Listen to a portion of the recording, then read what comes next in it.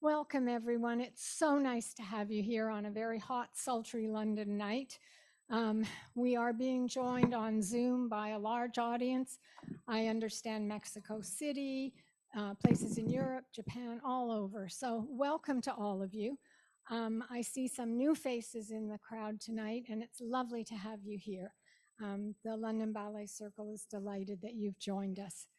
We're here tonight to celebrate Vadim and this amazing book, and we are so grateful to Vadim for giving us this opportunity. It's really a real honor for us, and we couldn't be happier. So the way this is going to work is I'm going to shut up soon, and Deborah Weiss, who I think all of you know from previous interviews, and from her days as a ballerina as well. Yeah, so Deborah and Vadim will have the conversation. Because we're going to do a book signing in that, we won't be taking questions tonight. And I think you can understand that. We'll get Vadim back another night for a Q&A session or something. But for tonight, it's Deborah and Vadim. And then following the talk, there will be a chance to purchase a book. If you've already prepaid and ordered it online, there's a separate table for you, and then Vadim will be signing. Because there's so many of us and we all want to get our books signed, and we have to be out of the school because they start in the morning and they don't want us sitting here, we will ask that only books be signed, please. I know some of you have other treasures, but not tonight, okay? So that's it from me. I'm absolutely delighted to welcome you all to this In Conversation with Vadim Muntagirov and Deborah Weiss.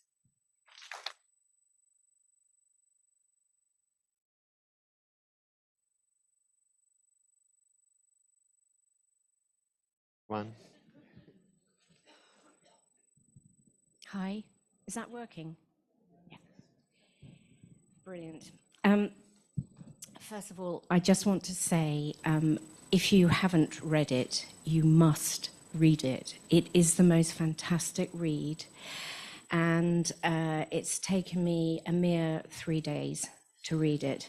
I couldn't put it down, and it's like having a conversation with Vadim. You feel as if you understand exactly where he's coming from. You understand why he's doing things the way he's doing it. You feel as if you really get to know him, and that's quite exciting.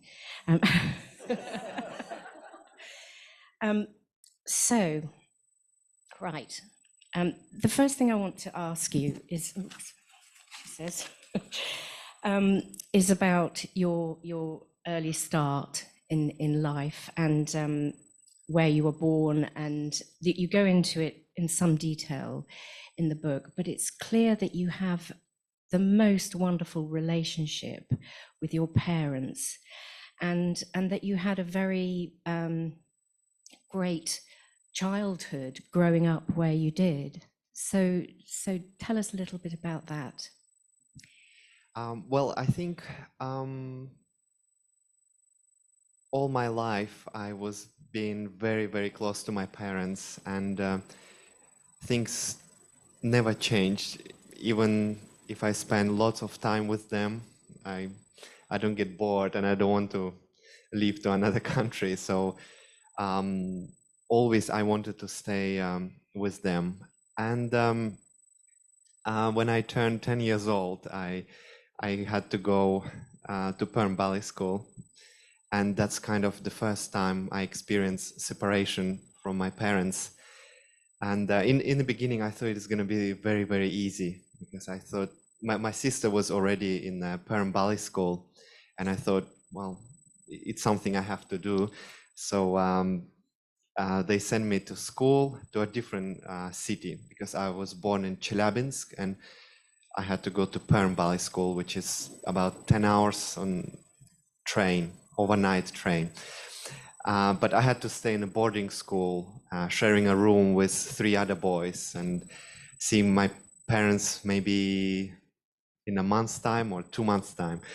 So yeah, for the first time it was shocking for me, because I still remember that first night when I was in a room with other 3 boys, and it was a dark night, lights was off, and I'm just lying in this, not even soft bed, it was very, very hard bed, and just first night not having my mom and dad next to me, it was horrible. And of course, I couldn't show my tears to other boys, so it was just in silent in my pillow, just kind of crying and missing them. And and of course, we didn't had any mobile phones at that time, so I had to write letters, and yeah, that was also very special. And some of the letters my parents kept, and it's quite I don't know, heartbreaking, because I would be writing that I miss them, like hundreds of words, the same words, and it's but at the same time, it's still the same. Like now I'm 33, and I miss them the same amount. It doesn't get easier somehow. No. And also, it must have been very difficult for your parents. Yes, yeah, I think so, because I think they have to. They couldn't show me that they miss me, but I'm sure they did miss me a lot. And I think another challenge was for them and for me when I went to London, because I remember that's the first time as well when I arrived in London, and only 3 or 4 days later I managed to send them a message, because by the time I buy a SIM card or anything, it took me almost half a week to reply. So I can imagine how did they feel sending their child to a different country and hear from him almost a week later. Yeah. It's, So just to go back to Perm and the training there, it seems to me that it was very, very tough, and that the teachers were incredibly strict. And how did you decide to stay and not just walk away? And because they were quite cruel in some ways, weren't they? yes, but I guess I didn't experience a softer way of teaching before. So I guess I felt that's normal. That's how it should be. Like the teacher should scream at you and smack you. So I thought that's normal, I guess. Because I hope you heard that. They smacked him. Can you imagine that here now? yes, yeah, but Weren't there moments when you just thought, oh, I'm not putting up with that? with ballet, I was just very scared of my teacher, but I was more scared of academics, academic exams. And I think it was even worse for my parents, because I would, when my mom called me, and I would over dramatize everything, and I would say, I don't know anything, and we have this exam, and I don't know 2 + 2, I don't know what it's going to be, and then they're just gonna kick me out of the school. I thought it was the end of the world. And and then when I do ballet class exam, it was good marks, so it was kind of it was happening. Only I think when I was 14, I went to Moscow Ballet Academy, and that was, the teachers were the same, quite tough, but what was very hard, that the students didn't really communicate with me, because I came from a different city, and I think for them being in Moscow, and then maybe thinking that they're a little bit more special, I didn't went into their group. So being that young and not talking to many other boys and girls, it was very hard for me. So that's kind of the first time I called my dad and I said, please take me back to Perm. So I last for a month in Moscow Academy. And when I went back to Perm Ballet School, director called my dad and she said, I don't know what happened. I've never seen Vadim so happy in his life. I was so happy to reunited with all my friends because I think since my first days at school, I was always entertainer. I always liked it to make some jokes and all the girls and boys were like laughing and I liked it to be in the middle of the circle. I can imagine. So let's talk about competitions because actually that really changed the path of your life, didn't it? You must have been 16, were you? Yes, Yeah. first competition. Yes. And that was the Prix de Lausanne? Yes. Mm-hmm. So what was that like? Because you were getting on a plane for the first time? Yes, well, actually, when we start having conversation about all these things with Linda, so many things came up that I didn't know before. And actually, by doing all the things, the researches and going back, it brought me even closer with my parents because I had no idea. Suddenly, Linda would ask, why did you go to the competition? I don't know. Why did you go to Royal Ballet School? I don't know. Who invited you? I don't know. I had no idea of any of those things. And then suddenly there was always a story behind a story, which I didn't know before. And yeah, basically I went to Prix de Lausanne competition. It was the first time ever going abroad, seeing Europe as well. And it was amazing experience. And first thing I remember, it was a very, very nice smell from pastry shop. I think when I arrived, I was very, very hungry, and and when I saw, I mean, luckily I didn't know anything about prices at that time, so I'm sure Geneva, and then the prices were very high, but that was my first thing in my mind. I was like, oh my God, I'm so hungry. I want to eat something.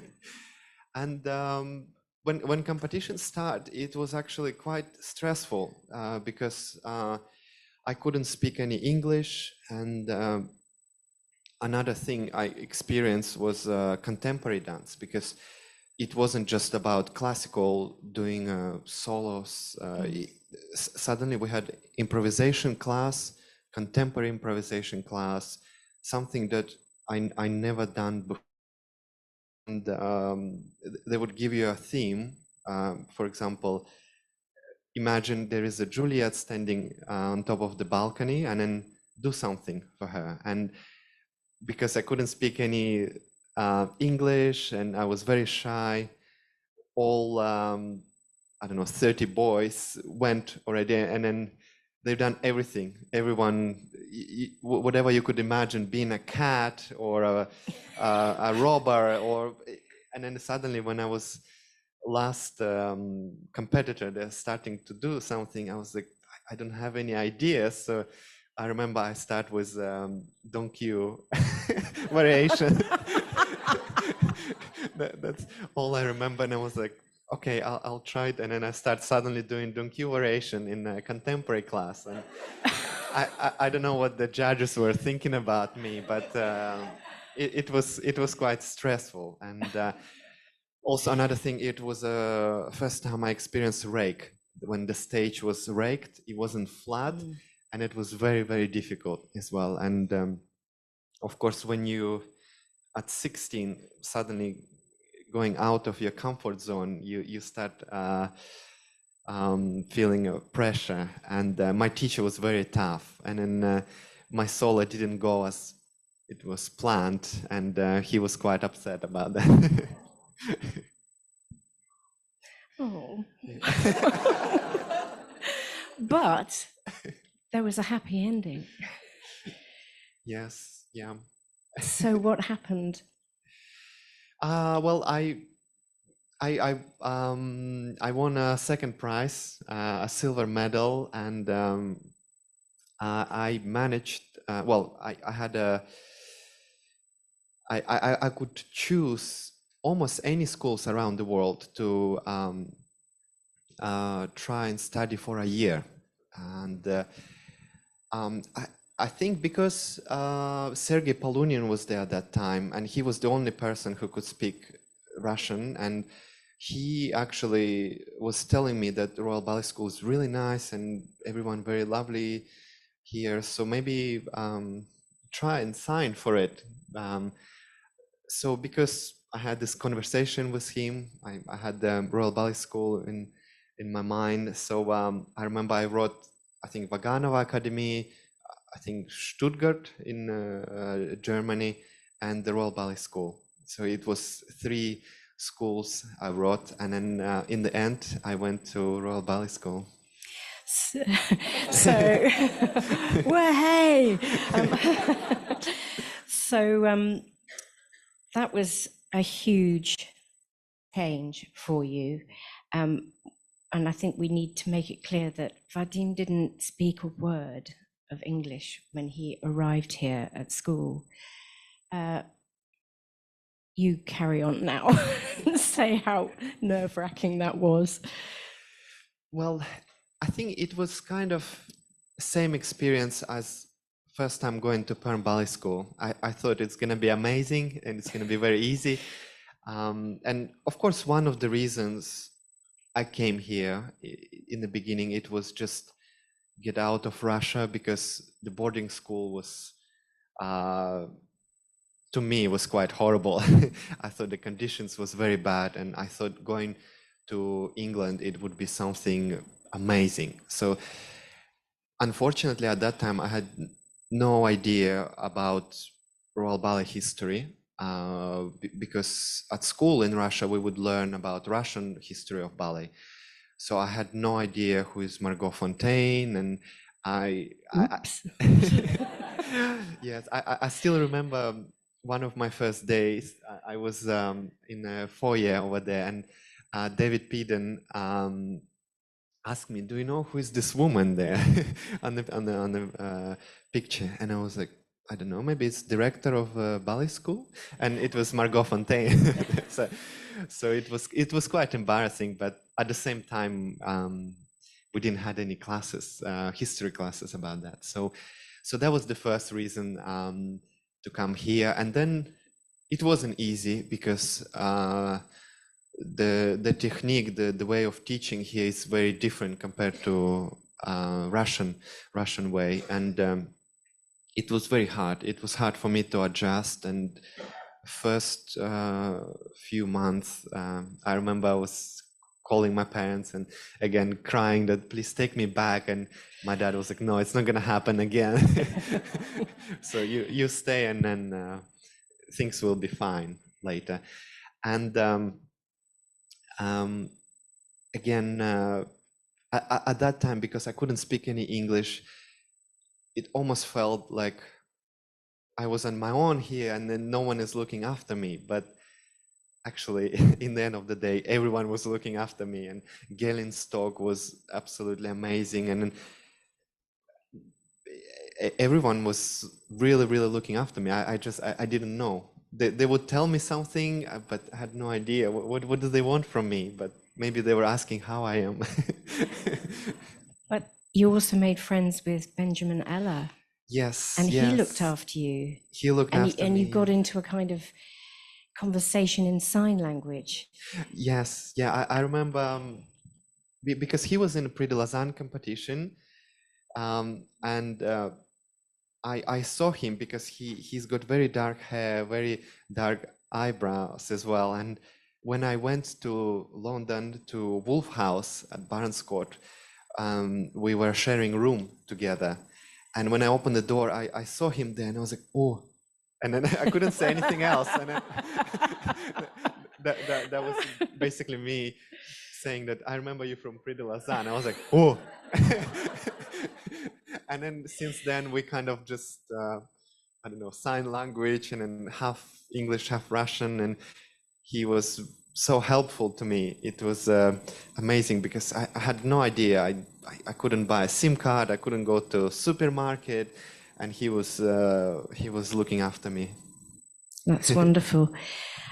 So when you first joined the Royal Ballet School, did you have any ambitions to join the company? I mean, did you think that's where I want to go, or were you just more open to just the London experience and see where it takes you? Yes, actually, I was never thinking about Royal Ballet. It's amazing, and then I'm so lucky that I graduated at Royal Ballet School, and now this is my 9th season with Royal Ballet. It's amazing. Sometimes I don't believe that the things just happened to me, because I didn't think about it at all. And there wasn't a one day when I was here at school that I thought, I want to be there. I want to be across the road. I never think about any other companies, to be honest. So it's not like I hated Royal Ballet. I was never thinking about anything else. And in my graduation year, Wayne Eaglin approached me, and it was English National Ballet, but if it would be other company, Vienna State Opera or Paris Opera, I would say yes. So it was just the first company to approach me, to offer me a contract. So I said yes. And lucky way. Yes, clever way. So let's talk about English National Ballet a bit, because your rise through the company was incredibly fast.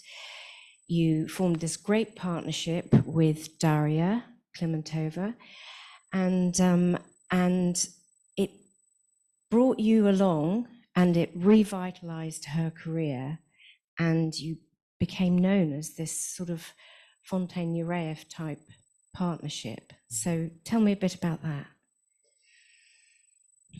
Well, my beginning of my new life at English National Ballet started really, really smooth. Everyone was so friendly to me, and in a way, I think I didn't have time to introduce myself to everyone in time, and I see myself already being on stage doing ballet. So it was a bit crazy. They just literally throw me on stage and they say, okay, you have to perform now. And I was like, I only know half of the dancers. It's been so short, like few weeks, less than a month, and I already went on tour with the company. I think it was in Spain, and I did Les Sylphides and Scheherazade, and then it was amazing. And then at the same time, immediately I started preparing Albrecht for Giselle, and it was what I liked. I felt so professional. Already from a first week, they gave me these amazing roles, and I felt like, okay, everything I did in Perm Ballet School, in Royal Ballet School, it was worth it, because here I am now standing on stage, listening to this beautiful music, have amazing dancers next to me. And at the same time, the dancers were really confident as well. And then they have fun on stage. I didn't feel they were nervous, they were scared. I still remember when I was doing wine gathers in Giselle, and all the boys kind of see me getting lost somewhere at the back, and then they would just like bring me forward, and then suddenly this huge spotlight in front, and they're like, it's fine, relax, just sit there at the back. So I got such a good stage experience from English National Ballet, and I think it helps me up to date not to be scared being on stage. And then at the same time, of course, I started dancing with Daria, and that's something as well which make me feel really, really professional, because she was almost in the end of her career, and I had no time to act like a student. So I I remember first rehearsal, I was really shy, and we were start rehearsing Giselle, and she was like, look me in the eye, we are dancing together. You're supposed to be in love with me. And I'm like, young student, just like scared of her in a way. And she was like, come on, grab my waist, you have to do this and that. And then it was just basically, I had to flow. I have to go with the flow. And then since the first show, I enjoyed it, of course. And then she invited me to her ballet gala in Prague. So I thought, well, I guess I passed the audition. So it was, yeah, that's how the whole partnership starts. And then since then, we started doing almost every show together. And what I liked, I was never scared. I was never nervous. When I went on stage, I know things would work, and I felt like a good partner when I was next to her. Yeah. So it was a great learning curve, really. And if I look back at it, I think I can't ask for anything better. And how my career starts, like I can't imagine what better could it be. So obviously, this eventually you ended up with the Royal Ballet. So let's go into the next phase. Was there a moment when you thought, I really do want to dance at the Royal Opera House, and can something be done to get me there? So, well, I think in the book it's all truth. So I didn't hide. I didn't do any politically correct way. So it was very honest. It was very honest. One of the reasons it was, I felt like I've done the whole repertoire English National Ballet had. So I felt like I want to try something new. And at the same time, with a new director, I start dancing less with Daria. So in a way, we start losing that special partnership, because I had to dance with other two girls. So I had 3 ballerinas a day. And I would start, yeah, I'm not complaining, but I would start day with Tamara, because of course she's also artistic director, and she had to do her rehearsals first, so then she could do all the administrative works and stuff. So I would start with Tamara, then I would go into Alina Cojocaru, and then in the end of the day, like at 5 p.m., it would be Daria. And I was, of course, exhausted at that time. And I would tell her, oh, can I take it easy? Can I mark here? Can I do it? And she was like, no, I've been waiting 7 hours to do this rehearsal. I want full out. So it was hard. It was hard. And then, yes, this transition happened to Royal Ballet. Very quick and very smooth. And again, there was some little bits you can find in the book as well. If I look back at it, it's quite funny, because I was supposed to meet my future director, Kevin O'Hare, and it was right after I did Le Corset with English National Ballet. I think it was matinee show, and I was supposed to meet Kevin somewhere in Soho. And I was just wandering around Soho, and I can't find the building, the place where I was supposed to meet.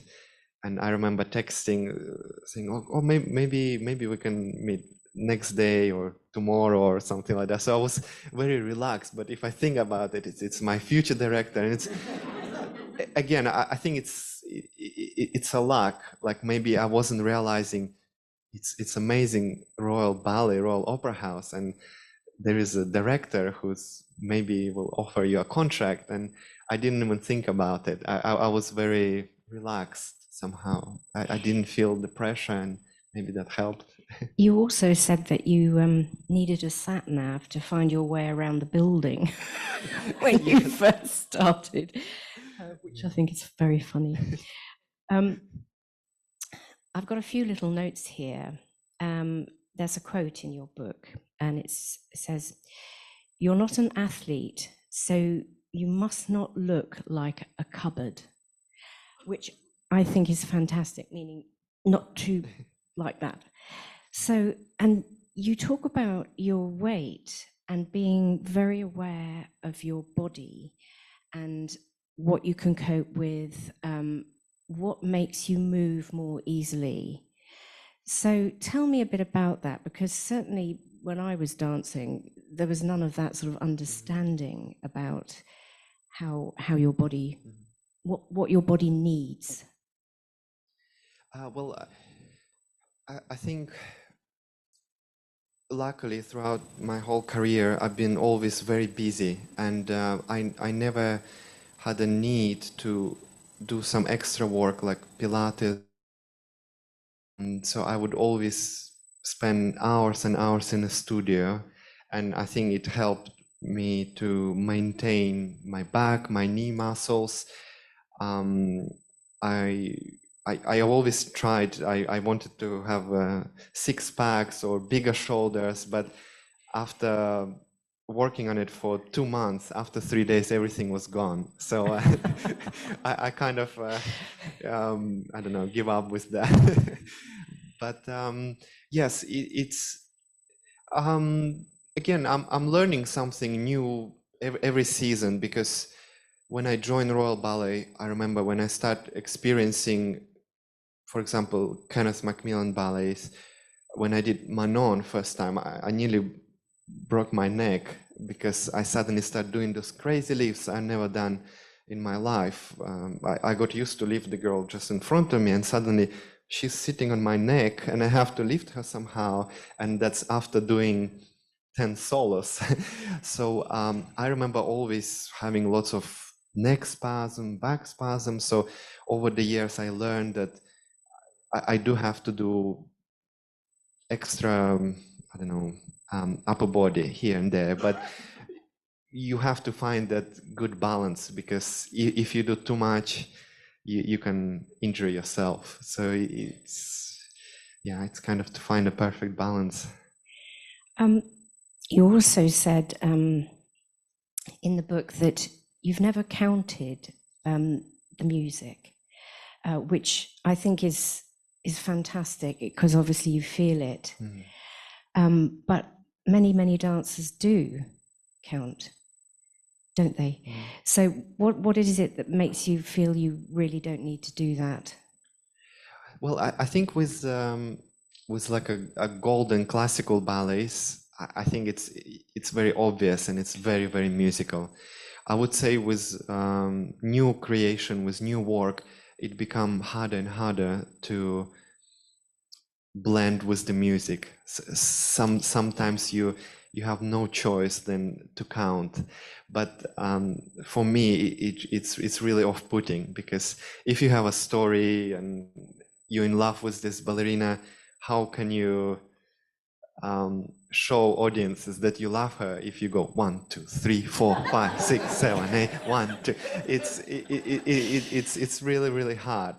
It switched my brain off, and I have to kind of combine what's in my story with the music. It has to just be together. Yeah. It's also the same way. Help for ballet steps, for like, for example, for difficult steps like jumps. If I start thinking that I have to jump very high, I have to open my legs and those sort of things, everything becomes much harder. But if I put a story into it, the reason why I'm actually doing this step, I think it's the best thing. Like, I also try to tell students I work with, they go and they practice this spin in the air, and I say, okay, good, very good, but tell me the reason why you're doing this step. I don't know, just because I learned this at school. I was like, well, that's very bad. You have to have a story. Why are you doing this step? It's maybe because you are expressing your feeling. Maybe that's you in love with someone, and I guess that's the most important in a full-length story ballet. Yeah, absolutely. You also tell some funny stories about working with animals, like the pony in La Fille and the doves in Two Pigeons. Yes. So do you want to elaborate a bit? Yes, well, it's a bit of a mix, because with Le Film Magardin, for example, it's quite a hard ballet, and then you stress about things, technical things here and there, and then you see a pony going across the stage and just pooing in front of the everyone, and you kind of it gets you into the character, and you're like, why am I worried about steps? Just like be this naughty boy. In a way, it helps. But with Two Pigeons, I must say it was quite stressful, because it's right at the end of the ballet, and you put him on your shoulder, and you're going down the stairs, and you're like, God, please stay on my shoulder. And every time he would just starting to wander around to another shoulder, and you're like, and then you just have to do like pas de deux in a minute, and you're like, oh my God, please don't fly away. So it was quite stressful. I can imagine. So I wanted to also ask you, because you've partnered a lot of different ballerinas, and you've also done a lot of Ashton as well as Macmillan. And I remember once having a conversation with you about symphonic variations, because you said everybody seems to think that this is an easy ballet because it's very lyrical and very smooth and all the rest of it. But the lifts in symphonic almost killed you because they're just to waist height. If you can explain a little bit.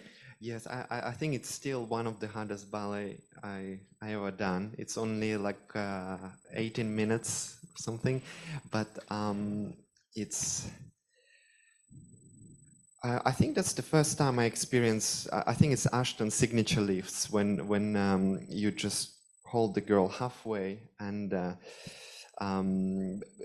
because when you do a full length pressage, when you lift ballerina up there and then you lock your elbows, actually we don't need to have any more energy or strength. You can kind of relax.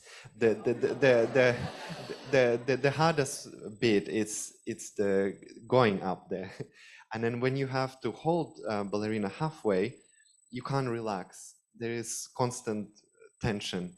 You can't breathe properly.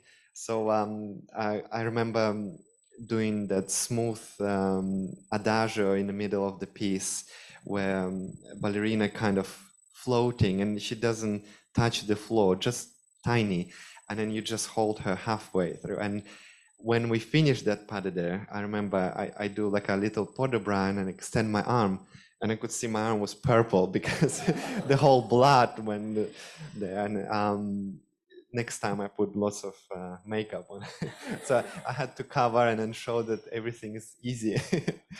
But yeah, it's really hard. I found very hard because again, it comes. It's something we have to hide from the public. We can't show that it's hard. We have to show that it's easy. And in my case, I don't have very strong arms. If I stay with my... I think you must have. I'm not sure, but it's really what I do. I use my legs a lot. So when I lift ballerina, I push with my legs a lot. I use my thighs, and then once they go up there, I can kind of relax. But if we call it deadlifts, sometimes when you just stay and then the girl doesn't jump, so she just stay and then you have to lift the girl. And that's usually the hardest for the boy. Ooh.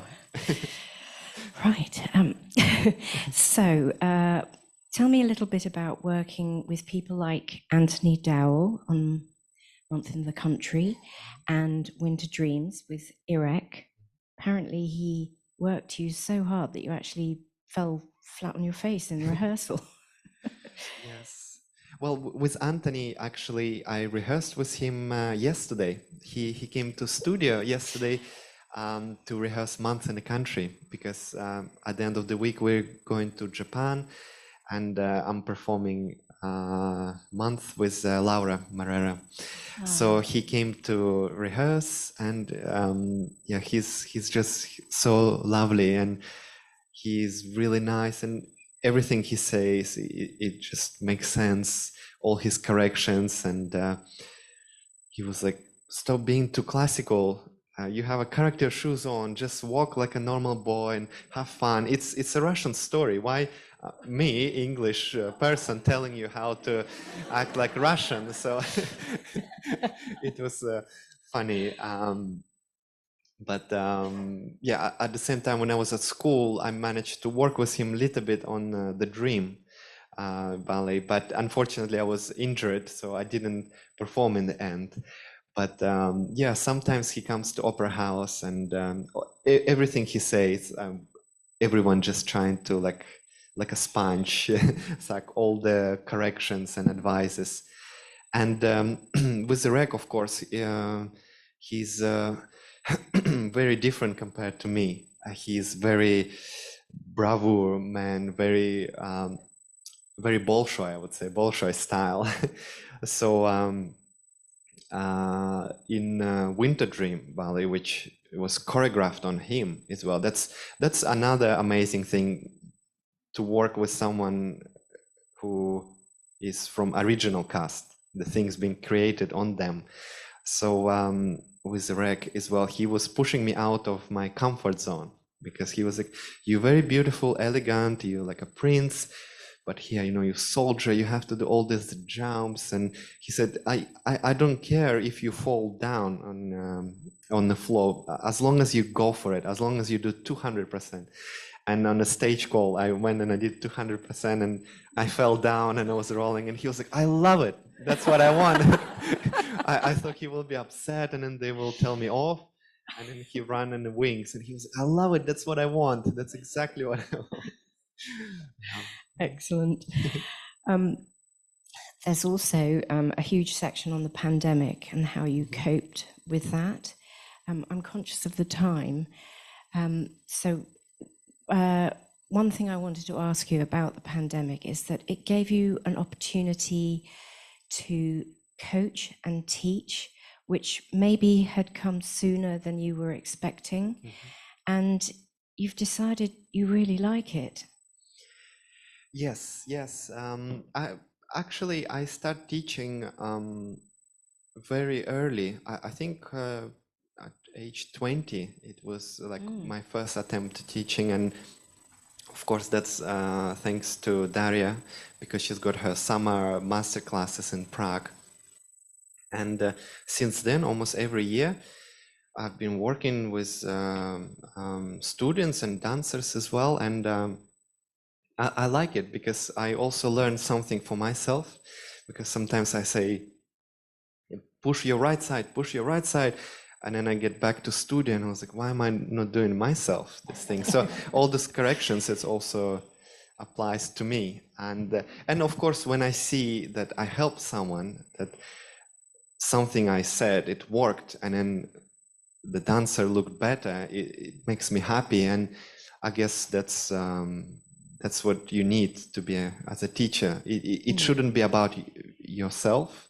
I think when you're a teacher, when you're sitting or you're working with someone, which sometimes can happen, that's sometimes ex-dancers would come and they will say, I used to do, and then you kind of forget that it's actually about them now, who's doing things in a studio.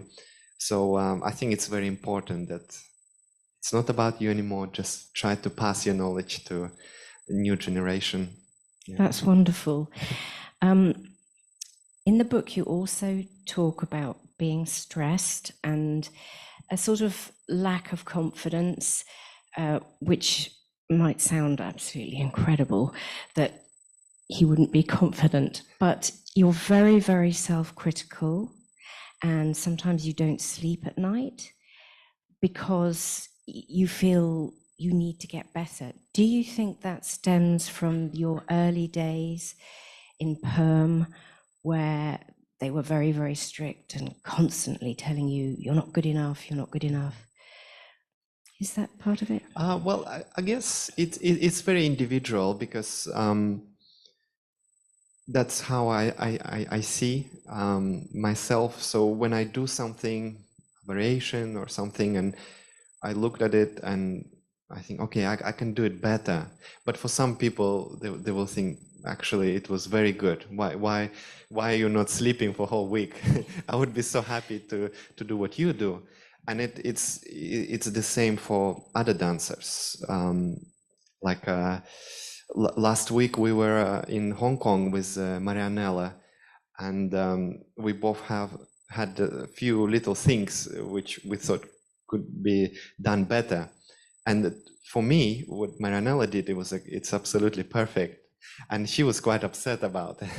And the same, there is something at a turn. I did 3 instead of 4, so less. And I was like, calling my dad, and I was like, it was so bad. And then maybe I should stop dancing. I think it's time. I think it's time. But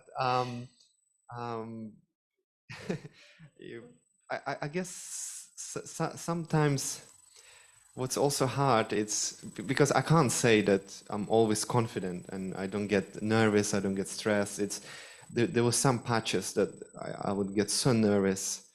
The same with latest example. I had 2 shows of ballet there, and first show I was very nervous because I wanted to do well. I was rehearsing for almost a month, and every day things were working. So I would say 99, 100%, everything I was doing, it was working. And on the day of the show, suddenly my mind, maybe today it's the day that you're gonna mess up. and nothing you can do. I was trying to switch my head off, and that's it. If I have 1% of doubts, I know that it's not gonna work. And luckily, second show, I didn't think about it. I was very free. I was relaxed, and I enjoyed it. I managed to switch my head, and I was like, well, the life is too short. Why are you stressing about one turn? You have to enjoy, because one day you won't be able to do those things. And it helped, and I really enjoyed it, second show. But again, as I say, you can't control it all the time. So one final question. You've done just about everything you could possibly have done, both in English National Ballet and in the Royal Ballet, and as a guest artist, and you've done numerous productions of Swan Lake and Sleeping Beauty and so on and so forth. If someone was to create a role for you, is there a choreographer that you would really, really love to work with and start from scratch and create something? Is there someone?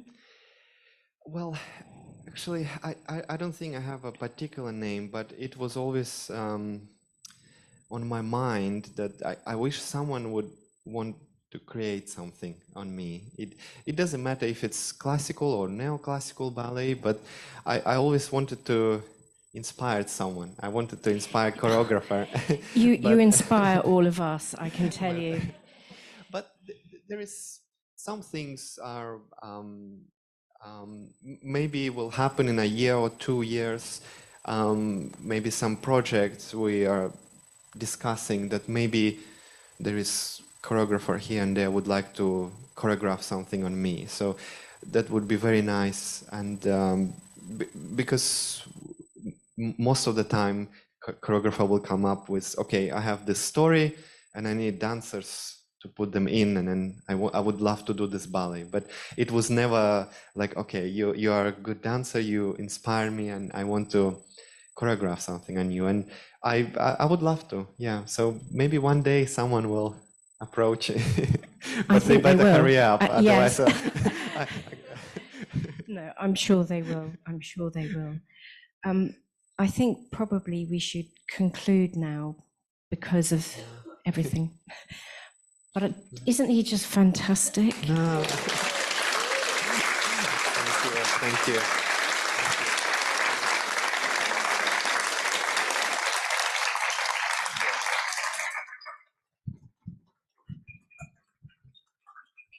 I think you're both fantastic. A great team.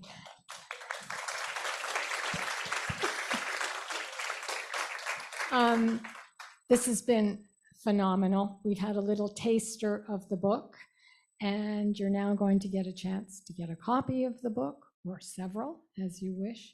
And Vadim is going to sign them for us. Something to treasure. And I just can't thank you enough, Vadim, for giving us your time. I know you've just come back from Hong Kong. You're getting ready to go to Japan. And please, we're thrilled that you're going to be Laura's partner for her final month in the country. We just wish we could see it. So I know she could not be in better hands. It's going to be an amazing night, and we wish we could be there. So thank you for looking after Laura for us, and I know she will be over the moon to have you. And so thanks also to all of you for coming. And I would also like to say thank you to Amber Hunt and to Linda Gainsbury for helping us arrange this. It's been a team effort. And so please, everyone, give us a minute to get in position. And then we have a table over there with prepaid books if you've already ordered, cash and card. We'll take your car, whatever. So please, thanks very much for coming, and thank you again. Did you want to say something else? Oh, wait a minute. The man wants to talk. So I'm handing you over now to Vadim. Thank you. I just wanted to say quick thank you for everything, for all your support and all your love. And before the book out, I didn't really think that it's going to be that big, and I thought it will happen and I'll just forget about it, and it doesn't matter who will buy. But actually every single person, when I see with the book asking me to sign it, it gives me so much joy and so much love. And I want to say thank you so much. It doesn't matter if it's one person or 100 or 200. It's makes me to think that someone is interested in me and spend time to read this book about my life, and it's absolutely amazing. And I have no words to say. And throughout all my stay here in England, because it's my second home, I would like to thank you for all your support outside of theater, inside in the auditorium. It's my life, and because of all your support, you are making me so happy. So thank you so much for everything. Thank you. Thank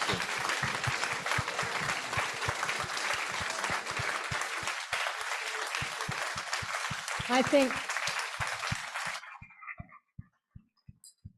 I think it's our way of thanking you for all the incredible joy you have brought to us. And you're not done yet. No. We're waiting. The choreographers are lining up. And anyway, so give us a second and then we will go on to that. To those of you who are on Zoom, thank you so much for being with us. And I hope you're able to get copies of the book. It's obviously going to be a bestseller.